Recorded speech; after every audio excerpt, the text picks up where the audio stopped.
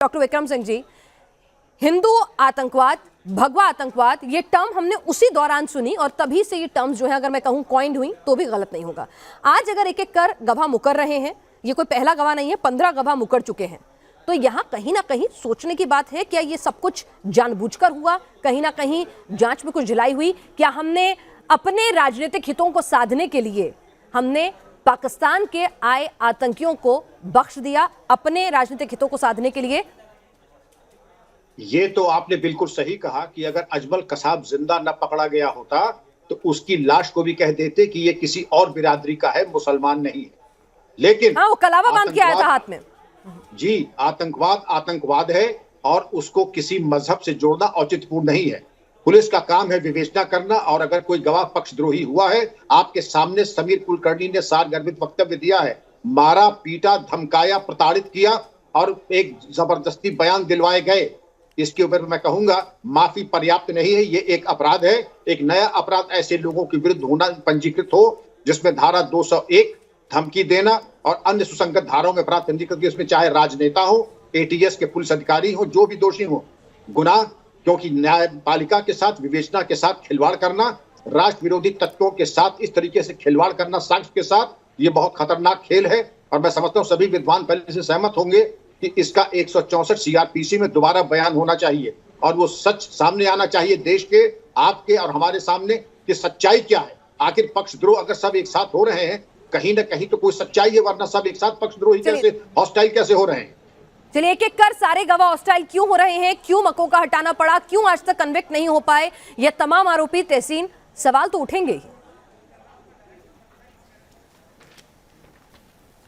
अव्वल तो पीनाज जी, जो आरोप इस शो में लग रहे हैं, और मैं बहुत हैरान हूँ कि मेरे मित्र विक्रम सिंह जी इस तरह की बातें कर रहे शो में, क्योंकि वो इसके पहले जो डिबेट्स में थे अजय टेनी मिश्रा में, उसमें जो तथ्य थे गलत थे। मैं अब सरप्राइज हूँ कि इस डिबेट में भी वो इस तरह की बातें कर रहे, क्योंकि जो आरोप लग रहे वो मेरे मित्र, मेरे व्यक्तिगत मित्र और इस मुल्क के लिए शहीद हुए हेमंत करकरे पर लग रहे।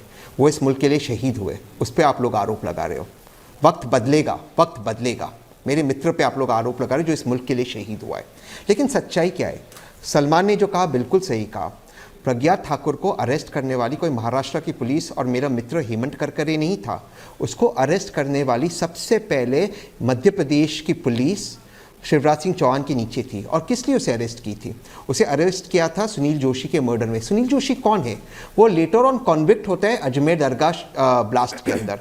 और वो अरेस्ट क्यों होती है मध्य प्रदेश पुलिस में? उसका टैपिंग कौन करता है? उसकी टैपिंग करती है राजस्थान की एटीएस। वसुंधरा राजे मुख्यमंत्री थी, क्योंकि राजस्थान में प्रज्ञा ठाकुर एक मीटिंग करती है जिसमें सुनील जोशी और अलग अलग लोग आते हैं, किस तरह से हमें 3 बॉम्ब ब्लास्ट करने, मालेगांव, अजमेर शरीफ और सब्सिक्वेंटली समझौता एक्सप्रेस ब्लास्ट। 3 बॉम्ब ब्लास्ट की प्लानिंग होती है। ये सारी चीजें तथ्य पर है, लेकिन आप एक शहीद को देशद्रोही कह रहे हो और आदित्यनाथ का नाम आप ला रहे हो। आदित्यनाथ की शहादत को सब सम्मान करते हैं, कौन सी सवाल नहीं उठाए हैं।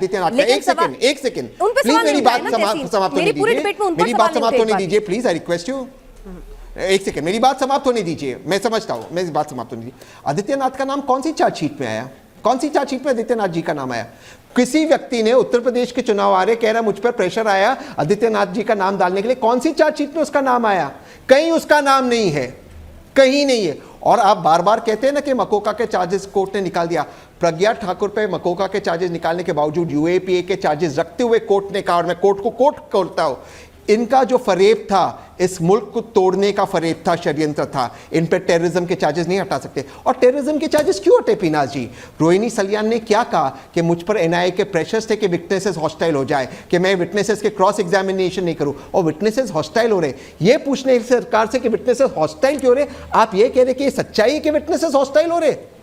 नहीं, अगर रोहिणी का बयान, अगर रोहिणी जो कह रही है, अगर आप वो मानेंगे तो फिर जो ये आरोपी मुकर रहे हैं वो भी मानिए ना। अगर दबाव एक तरफ की बात मानेंगे हम, ऐसा नहीं हो सकता ना कि एक जना कहेगा तो हम मानेंगे, दूसरा कहेगा तो हम नहीं मानेंगे। फिर रिस्पेक्ट करना है तो दोनों के व्यू पॉइंट्स को करना है हमारे साथ। लेकिन बिल्कुल सही, तहसीन, मैं एक चीज और आपको बोलना चाहूंगी, तो फिर देखिए मामला पुराना है, जितनी रिसर्च आप क्यों नहीं कहते हो? एक सेकंड, तो मैं एक ही से 10 सेकंड लूंगा। मैं बिल्कुल आपकी बात मानता हूं, 100% आपकी बात से मैं इत्तेफाक रखता हूं। तो आप क्यों इस शो पे ये नहीं कहते हो कि रोहिणी सलियान जो इस केस की स्पेशल पब्लिक प्रोसिक्यूटर थी, उसे केस छोड़ना पड़ा, दबाव में उसने एनआईए ऑफिसर का नाम दिया जिसने दबाव डाला कि आप विटनेसेस का क्रॉस एग्जामिनेशन ना करें वरना विटनेसेस को हमें हॉस्टाइल करना पड़ेगा। उसके बाद विटनेसेस हॉस्टाइल हुए। ये बात क्यों आप लोगों के सामने नहीं आ रही? मेरे मित्र पे आरोप लगा रहे जो इस मुल्क के लिए शहीद हुआ। ये सवाल मेरे मैं लेकर मित्र जाऊंगी, वो देश के लिए मरा है, इस देश के लिए उसने जान दी है। तहसीन मुझे दुरुस्त कीजिएगा और यहाँ पर डीजीपी विक्रम सिंह जी, पूर्व डीजीपी जो हैं, उनको भी मैं यहाँ पर इंक्लूड करूंगी इसमें। सर, जो मेरी रिसर्च कहती है उसमें उस वक्त के डीजीपी पसरीचा ने जो पीसी की थी उसमें उन्होंने कहा था कि आईएम का हाथ है। साथ ही उस वक्त रघुवंशी जी ने भी जो मीडिया से मुखातिब हुए थे उन्होंने भी यही बात की थी। तो फिर ये अचानक से पूरा केस बदलता कैसे चला गया विक्रम सिंह साहब? देखिए, ये हाई प्रोफाइल केसेस है, इसमें जितने पुल्स एंड प्रेशर्स आते हैं, और पहले मैं आता हूं तहसीन साहब की बात को आकर के, हेमंत करकरे साहब आप ही के नहीं मेरे भी बड़े अजीज दोस्त थे और उनकी शहादत को हम लोग सलाम करते हैं। किसने कहा कि हम उनके शहादत को हल्का कर रहे हैं? ये किसने कहते हम लोग शहादत को हल्का कर रहे हैं? लेकिन तथ्यों को तोड़ मरोड़ करके ऐसे राष्ट्र विरोधी तत्वों को मदद मिलती है अगर हम तथ्यों को तोड़ मरोड़ के प्रस्तुत करेंगे। जो दोषी था उसको उसी परिप्रेक्ष्य में, उसी प्रकाश और आलोक में देखना चाहिए। और हम सब चाहेंगे, कोई ये नहीं चाहेगा कि राष्ट्र विरोधी तत्व जिन्होंने ये घटना की है, बॉम्ब ब्लास्ट किए हैं, वो बचे। हम सब इसमें एकजुट है और एकजुट राष्ट्र सुनिश्चित करेगा। और अगर पक्षद्रोह हो रहे हैं, क्या पहला केस है ये पक्षद्रोह होने का? तमाम ऐसे हाई प्रोफाइल केसेस होते हैं जिसमें लोग पक्षद्रोह हुए हैं। मैं इसका जवाब देना चाहता हूं। चलिए तहसीन, मैं आपसे जवाब लूंगी क्योंकि संगीत रागी जी, प्रोफेसर रागी और विवेक जी अभी तक चर्चा में शामिल नहीं हुए हैं। एक बार मैं उनको मौका दूंगी, संक्षेप में जवाब दे देता हूं। पहले मैं उनको मौका दे दूं, फिर मैं आपके पास जवाब देने के लिए आऊंगी। प्रोफेसर संगीत रागी, फिर आप मौका यहाँ पर संक्षेप में जवाब दे देता हूं क्योंकि उन्होंने बात की है। ठीक है, पहले आप जवाब दे दीजिए, कोई बात नहीं। चलिए